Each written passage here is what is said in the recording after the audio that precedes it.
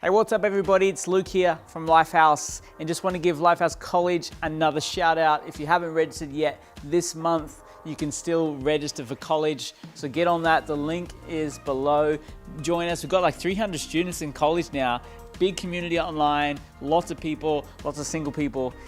So you jump on there, you could find the love of your life and also learn a whole bunch of amazing studies. So it's going to be incredible. Tonight we are going to look at a finance series. We're going to be talking about financial freedom, and this series is seriously one of the things that could really have a big impact on your life. We're going to learn about what God says about finance. So get ready to take some notes. Seriously, tune into this because it's going to be incredible, life-changing. So here we go right now. Let's talk about financial freedom.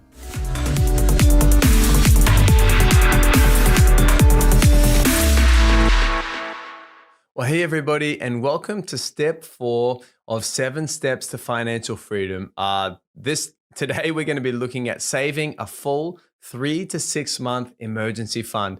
If you're joining us for the first time, my name is Josh. I'm one of the pastors here at Lifehouse, and hey, we're just committed to helping you step into financial freedom and all that God has for you financially in your life. And so this is a great step. So let's not skip over this. Let's do this well. And then we're going to move on to even more fun things like investing, building wealth, saving for the future, and leaving a legacy. So step 4, saving a full 3 to 6 month emergency fund. I want to encourage you during this step, what we're doing is we are getting ready for a rainy day. Who knows that there's rainy days in life? You know, we don't want them, but sometimes there's financial emergencies. Sometimes there's job losses, and you should be ready for them when they come. And a full emergency fund, this is like an umbrella for a rainy day. You don't always need it, but you need to have it handy because you don't want to get wet, and you especially don't want to get soaked. You don't need it often, but when it rains, hey, nothing to worry about. It's an inconvenience, but you just put up that umbrella and you're safe from the rain. Proverbs chapter 6, verse 6, it says, "Go to the ant, you sluggard. Consider its ways and be wise. It has no commander, no overseer, no ruler, yet it stores its provision in summer and gathers its food at harvest time." So what can we learn from the ants about storing up resources for the future? Well, I can see a few things here is that the ant is not lazy. Sometimes laziness doesn't catch up to us today, but it will catch us up to us tomorrow or next month or next year. So let's be wise. Let's be learning. That's why you're part of this course. I can see that it says it has no commander, no overseer. You know, no one's going to follow you up. No one's going to make sure you do this. Now, your connect group leader, your coach, your pastor, they may assist you. They may encourage you.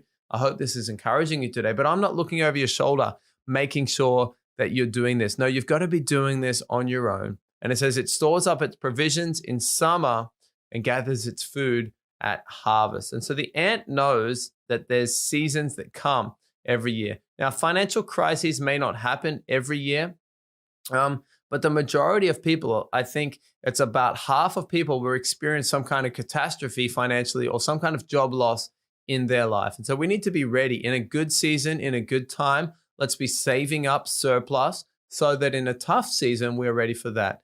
Now, depending on where you're watching this was filmed, we're in the global pandemic of the coronavirus in 2020 and 2021. And once you hit a pandemic or hit a situation, maybe when there's a job loss, it's too late to begin saving. You have needed to save before that. And during the pandemic, we see that the people who had a good bank balance or people who had savings or people who had investing have no issues if they had a job loss. They can, okay, I've got a 3-month, fund, or I've got 6 months. I can get ready. I can find that new job. I can start a new business. But if you're living month to month, or there's too much month left over at the end of your money, you're living week to week, paycheck to paycheck. When there's a tough time, you won't be ready for that. And have you had a tough season financially in your life? I want to ask you that today. And if you have, what got you out of that tough season? Did you have to borrow money? Did you get an extra job? Was it stressful? I want to encourage you, save a 3 to 6 month emergency fund. This is money that if we go through a tough time, an emergency, we don't have to go into debt. We don't have to use our credit cards. No, we just use our savings and we get ready for that job ahead. We'll never need to go into debt again once we have this fund. It should be considered like insurance, not saving. So we're not trying to make money on it. We're not trying to invest it. It's more of an insurance policy. And it'll also bring us a lot of peace and help us sleep better at night. And actually, for me and myself, I'm a pretty peaceful guy. I don't really need a lot of money in the bank, not to be worried. I'm happy to invest everything that we have or pay off everything on the house. But I tell you what, for any wives or my wife Yuki, or if you're married, usually if you're married, there's usually one person who's maybe a little bit carefree, maybe a little bit of a spender. That might be me. But there's also usually one person that's more of a saver, and probably not a worrier, but a sense of, hey, we need some money in case something happens with the kids or something happens for college or something happens with the house. And I tell you what, even though I might not personally need money in the bank to feel peaceful, when we do, there's a sense of peace over the whole family that, hey, this is not savings. This is not Josh doing something crazy. This is money that we just have there in time of an emergency. And we've been married for over 10 years now. And there's been several times where we've had emergencies. Maybe it's to do with school. Maybe it's to do with health. We've got 4 kids. Maybe it's to do with hospital bills. But we've had to use money from that emergency fund. And I've been so glad that it's been there so we didn't have that stress on our life. And as we said, most people are going to experience a job loss in their career. And it can be challenging to get a new job and keep your confidence if you don't have any money in the bank. And any recruiters would know, or if you're an interviewer, you would know, there's a very different sense of a person who's sitting across from you and they don't need the job. They're just going to take the job if it's the best match for them. That's where you want to be. And there's a very sense if there's a person across the table that's very needy and they're sweaty and they're like, if I don't get this job today, I'm going to be living in the park. So I need this job. I'll take whatever salary you have. I'll take it. We don't want to be in that position. We want to be in a strong position. So let's save up a full 3 to 6 month emergency fund. Now, how long is this going to take? Well, it depends how fast you can save and how excited you are for the next step, which is investing for the future. But this step, it may take a full 6 months. It may even take a year because you want to save up to at least 3 months of your current salary for your emergency fund. So do your budget, work out how much can I save? Can I save this month, next month, the month after? Is that enough? Or do I need to keep saving and put this into an emergency fund? And you can combine this with your short-term emergency fund that we looked at in step number 2. Once again, put it in a bank account that you don't have easy access to it. Maybe you don't have a card to it, or you don't have online banking transfer to it. This is not your holiday money. This is not the car money. This is emergency money in case something breaks, in case there's a job loss, in case I need to fix something. If there's an emergency bill, a hospital bill, I'm going to look back. This is my cushion. This is my margin. This is me being wise. Proverbs 6. Come on, store up our provisions in the summer, ready for a rainy day, ready for a winter, gather the food at harvest time. Well, I'll tell you what, let's be doing this step. Let's not go ahead until step 5, until we get this step done. Once again, if you need any help, talk with your coach, talk with your Connect group leader, talk with your pastor if you need. But let's be saving up a full 3 to 6 month emergency fund. Even if something happens like a global pandemic or economic downturn, you'll be ready for that and you'll be in a strong position to start a new business or to get a new job with confidence and with peace. And your husband or wife will thank you so much for it. But have an awesome week, guys, and we'll see you next week at step 5. Have a great week, guys. Bye. Well, welcome to step 5 of 7 steps to financial freedom. And today we are looking at investing for the future. My name's Josh. I'm one of the pastors here at Lifehouse, and we are just so excited and committed to helping you move into a place of financial freedom, doing finances God's way. Step 5, investing for the future. This is an exciting step. This is probably the step that you were most excited about when you signed up for this course. What investing is simply planning for the future. So rather than living month to month or paycheck to paycheck, it is wise to have a plan for the future. Now, in general, wealthy people have a financial plan and poorer people have no plan. You'd think it should be the opposite. Poorer people should have a plan and a budget, and so they can get to a place of wealth. but actually a plan leads to wealth. And so wealthy people generally keep to a plan. Matthew chapter 25, verse 19, Jesus is actually talking about investing. And he says, after a long time, the master of the servants returned and settled accounts. And the man who had received 5 bags of gold brought another 5. And he said, Master, you've entrusted me with 5 bags of gold. See, I have gained 5 more. And his master replied, well done, good and faithful servant. You've been faithful with a few things. I will put you in charge of many things. Come and share in your master's happiness. And Jesus is telling a parable here. Obviously, he's talking about the gifts that we've been given and we've got to multiply them. But he's also talking about a story that was commonplace in the culture, that if you've been entrusted with something, if you've been entrusted with 5 bags of gold, that God is actually expecting you to double that or to increase that. And here we see, if you're a financial person, we can see that person actually had a 100% increase. That was a good increase. Now, I don't know how long the master was gone. Maybe he was gone 5 years. That would mean he'd have 20% increase every year or something similar to that. And yes, God's given us gifts. He's given us talents, but he's also blessed us with those talents to work. And with that work, we're actually earning money. And I believe God has called us to multiply that money rather than just working for the money and putting it in the bank. We've got to put that money to work for us. We've got to increase what God has given us. And the increase is not just for us. We know that all throughout the Bible that God has called us to tithe and put God first, number one, but he's also called us to be generous. And I believe the most generous people in our city. And it's a lot easier to be generous when we have surplus, when we have margin that we can be generous with. So I want to just ask you a simple question today. What are you doing today that's growing your money? How are you growing your money? You know, if you simply are just putting your money under your pillow, well, that money is not growing. You may actually lose it. If you put your money in a bank account, it may be receiving a small interest rate.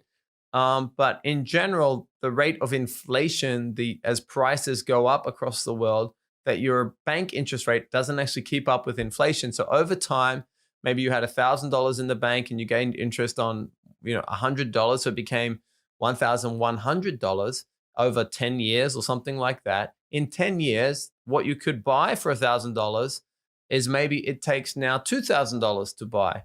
And so even though you had a small gain, the rate of inflation is often more than the deposit at a bank. And so it's our job to actually educate ourselves on different ways to invest and grow what God has blessed us with. And I want to start you on an interesting journey. This is a lifelong journey of discovery, I believe, of managing money, of investing, of doing wealth God's way that many people actually will never get to you. But it's a journey of discovering how I can multiply this money, how I can be wise. What does God call me to do with the resources that he's given me? So you need to look at the different areas that you'll be investing for. Why are you investing? What are you doing? Are you just saving money for money's sake? Or what are we doing? Well, some common areas that we'll probably need to have an investment fund for or saving money for the long term are areas that they're more than 5 or 10 years away. If it's less than 5 years, you're probably best in most cases not to take much risk and just to be saving that money. So if you need something next year or in 2 years, it's recommended maybe you don't risk investing that money, but maybe you should be saving that because you're going to need it in 1 or 2 years. But if you're looking at doing things like buying a house, depends how old you are. But if you're 20 years old or 25 years old, maybe you're not looking to buy a house until you're 30 or 35 or get married. Maybe we could be saving into a fund or investing into a fund that's going to be used to buy a house in the future. Sending kids to college. This is definitely something that we need to be looking at for the future. This is something, if you have a child, it's going to be about 18 years away or 20 years away. And so whether they go to college or not, maybe there's different courses or things they do at that time. It'd be good to leave them with a sending away gift or a providing for their college or paying for something or just being a blessing to them. And so that's probably something we need to be investing towards. Retirement. This is definitely something, probably the main thing that we need to be investing towards. In most countries, that's when you're about 65 years old. So you can start when you're about 20. And for 45 years, you can be investing. And we're going to see the math in just a moment. But it's amazing how much that investment can grow to in over 45 years. And studies show that when you give a name to your savings or to investments, when you actually have a vision behind it, you're much more likely to stick to what you decided. So it's important to put things in a different bucket. One common question is, should I save or should I invest? In general, this is what Dave Ramsey recommends as well, is that if you don't use the money for 5 years or longer, investing is going to give you a greater return than a savings account. And just a simple math on this is that over time, the stock market or just investments in general, over about 5 years, there's a very high likelihood that there's an increase in that investment over 5 years. But less than 5 years, it can be more volatile, meaning some years are up and some years are down. And if you're going to need the money next year, don't risk your money this year because maybe there's a downturn in the market or a downturn across the world economically, and you may have less money next year than when you started with. But over 5 years or longer, in general, you'll do well with investing. So what types of investments are there? Well, from the church perspective, we're not going to give you advice into what you should do or what you shouldn't do, but we can have a look at different types of investments. And hopefully these should trigger a little bit of interest on your side that you can look into this. So if you're investing in the long term and assuming an average amount of risk, the most common forms of investing are called mutual funds. These are collections of stocks up to 500 or so companies that are diversified across different areas with different visions. Mutual funds, you can look at that. I recommend looking at Dave Ramsey's advice on that as a financial advisor and looking into this. More riskier forms of investment are something called individual stocks. This is where you buy a stock of a particular company. This may have great gains, but it also can have great loss if the company or the CEO doesn't do well. Even more conservative forms of investing are bonds or bank deposits. These are pretty much guaranteed rates for very little risk, but also very little reward, usually in the area of just a few percentage points. So other types of investing are also starting a business or buying a business, buying real estate. These are all forms of investing. Other crazy forms of investing, maybe more riskier, things like cryptocurrency or going to Las Vegas and betting everything at the casino. These are all very risky, 50-50 chance. Do I make money? Do I not make money? I would recommend stay away from extremely risky forms of investing. If you do invest in stocks or anything like that, make sure you're very educated. Me personally, I don't want to get involved in that. I want to be able to sleep at night. I don't want to wake up thinking, what's the stock market doing today? Mutual funds are pretty much in the middle. They give a general rate of return, which we're going to look at in a moment, but still with some risk. And other forms of investing like bonds or bank deposits or real estate are obviously safer, but maybe a lower return. So whatever you choose to do, do your own homework. So let's have a quick look at mutual funds because this is what Dave Ramsey recommends for most people. This is what most people's retirement accounts contain, mutual funds. So you need to understand what a mutual fund is. The biggest, most common mutual fund in the world is called the S&P 500. It's basically the top 500 companies in the world or across the United States. And it's returned an average of 11 to 12% return per year for the last 40 years. So as you can see, pretty stable in general, returns 11 to 12% per year on average over 5 years or longer. So you need to be aware that in any given year, it may go down or it may go up quite a lot. And Dave Ramsey recommends to diversify your mutual funds into 4 categories. One being large cap, kind of more solid traditional companies. One being medium cap, like the S&P 500 index, something like that. A group of middle level. One being small cap. These are companies that maybe are public companies, but they're still growing companies. And international funds, so you have exposure to the whole world as well. So I would recommend Google Dave Ramsey and mutual funds if you're interested in getting educated in that area. Moving on, let's have a look at investment accounts. So each country actually has incentivized tax-free accounts for long-term investing that you can use to avoid taxes. Now, of course, you can just go, you can Google online, and find an investment company or investment broker that you can invest with in the general investment account. But usually, whatever the gain is, so if you gain 20% or if you gain 50%, you're going to have to pay tax on that gain when you take the money out.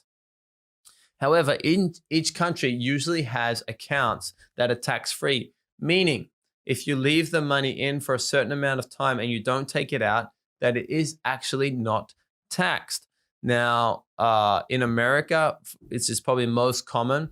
There are types of tax-free investment accounts for retirement. In Australia, where I'm from, there's also this form of account. In Japan, where I live, there's also this form of account. Basically, this means you can put money into your retirement account. There's no tax on this retirement account, or there's less tax on this retirement account, but you cannot take the money out until you're 65 years old. So the government wants to incentivize you to save and to invest and to build wealth yourself, because that means less burden for them.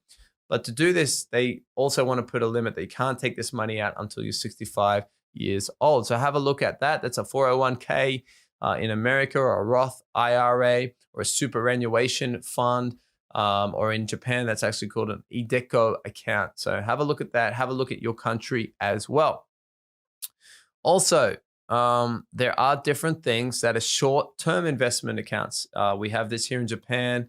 America also has it. Your country, once again, have a look at this. This is a short-term incentive by the government to say, hey, for the next 5 years, if you use this particular account, you can choose the mutual funds, you can choose the stocks, but there's not going to be any taxes associated for the next 5 years, for 5 years only. So you can make the use of that. This is also in Europe. In the UK, they have this form of account. It's called a NISA account. They also have the same type of NISA account, usually for students. This is the same concept as retirement account, but it's your money that you're saving for your kids, and they can't take the money out though until they're 18 years old. So there's no taxes on the gains, but once again, there's a time limit on it. They cannot take the money out until they're 18 years old. So you can make the most of that, because the taxes will add up, because as you're gaining money in the future, when you take that money out, you will have to pay taxes on all the money that it's accrued, or all the gains and retirement accounts. So usually only at 60 years old, but there's tax-free retirement investing. Once again, do your homework, have a look at your country, and Google either retirement account or college accounts, investment accounts, and have a look in your country which applies for you. But even if there isn't any tax-free accounts that apply to you, still use a standard securities account, which means you can add money anytime, withdraw money anytime, but you will need to pay capital gains tax, usually on the gain, which is not tax on your own money. It's just tax on the amount that's increased. So if you invested $10,000 and that grew to $20,000 over time, you had a gain of $10,000. So usually you'd have to pay something like 20% tax on the gain. So it is a tax, but it's actually only a tax on the gain. So you don't need to feel too bad about that, because you actually did make money. Awesome. Well, let's have a look at buying a house. So this is another form of investment. Of course, some people are going to agree. Some people are going to be renters. Some people are going to be buyers. Some people are going to be big into real estate. That's okay. You can disagree. I've got the microphone today. In general, from what I've seen, from what other people have seen, from what wealthy people do, in general, it's a good thing to buy a house if you're going to be living in that area for at least 2 years or more.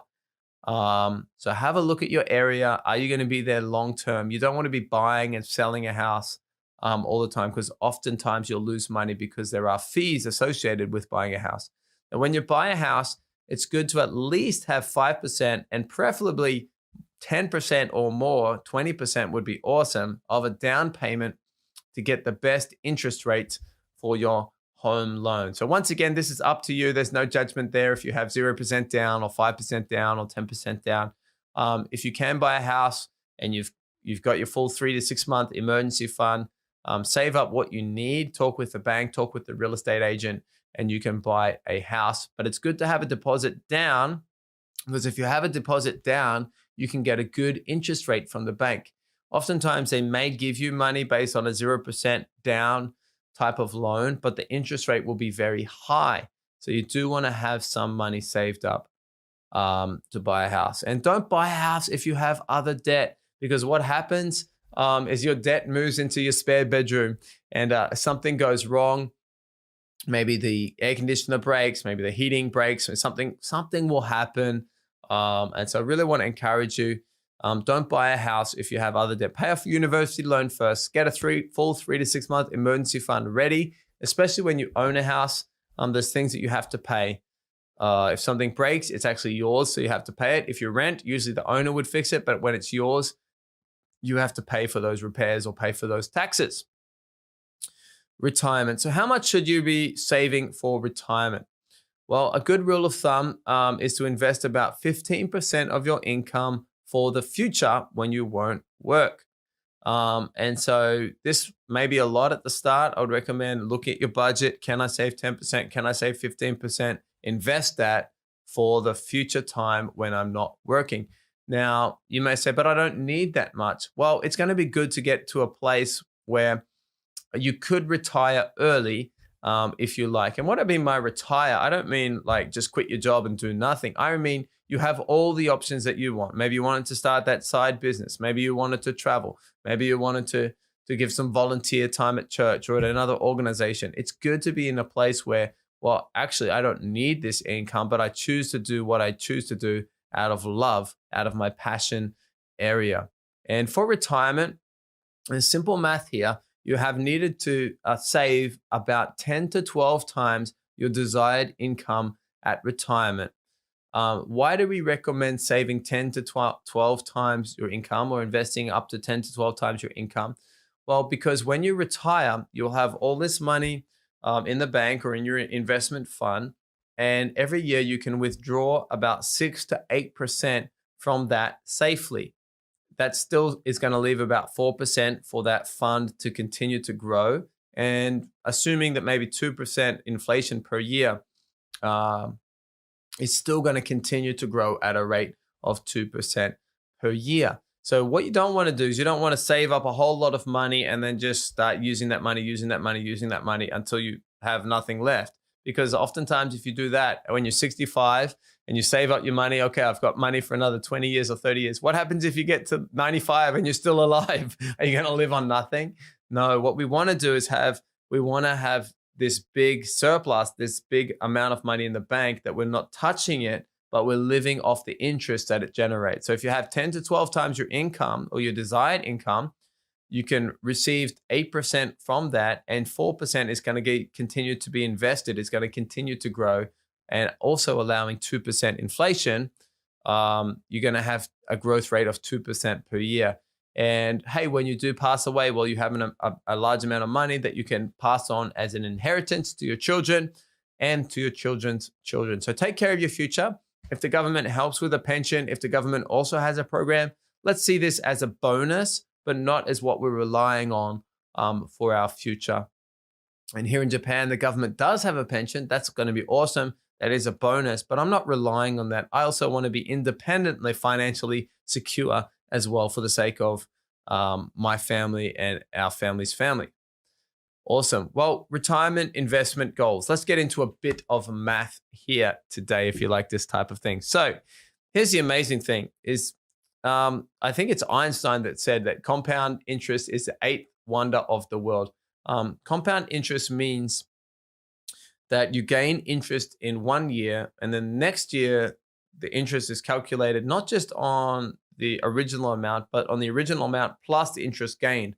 And so it turns into this large snowball, and it's actually really, really, really powerful. In the same way, when you have an interest rate on a debt, it's really, really, really powerful in the opposite way, because you go further and further into debt faster and faster. But here's just some simple math.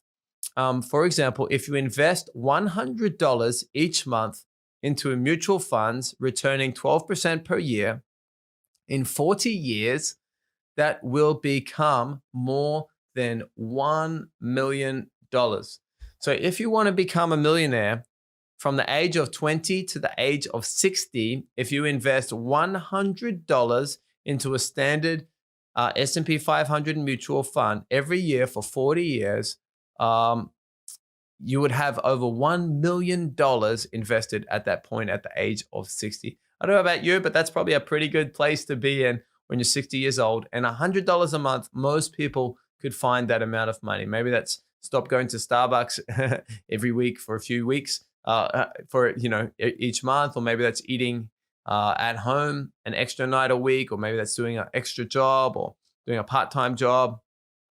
That's $100.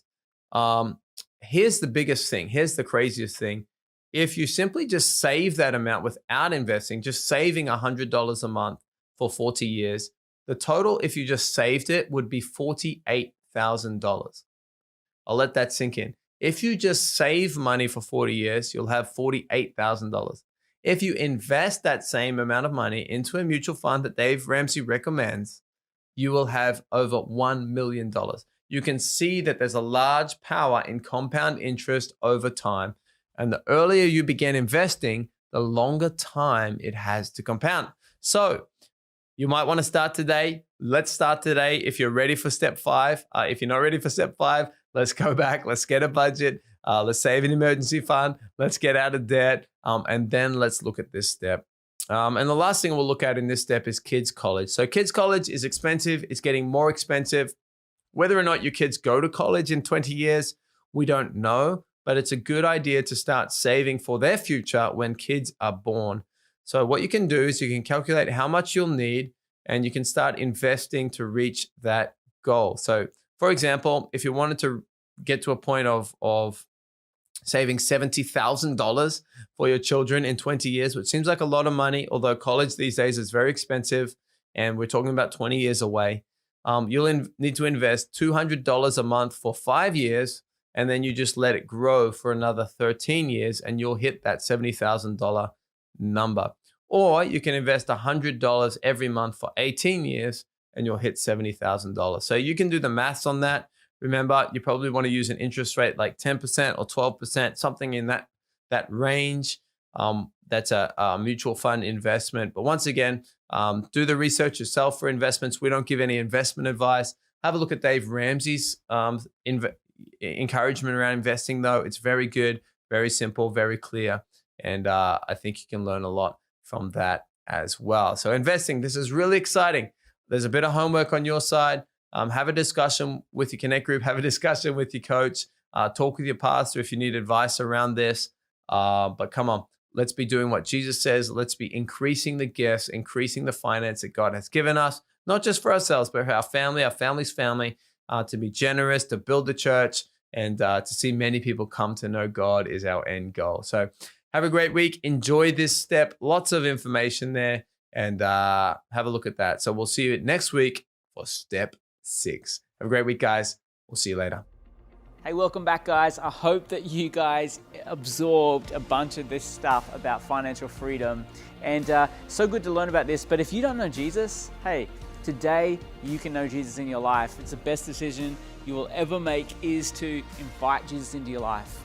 He loves you, wants to come into your life today.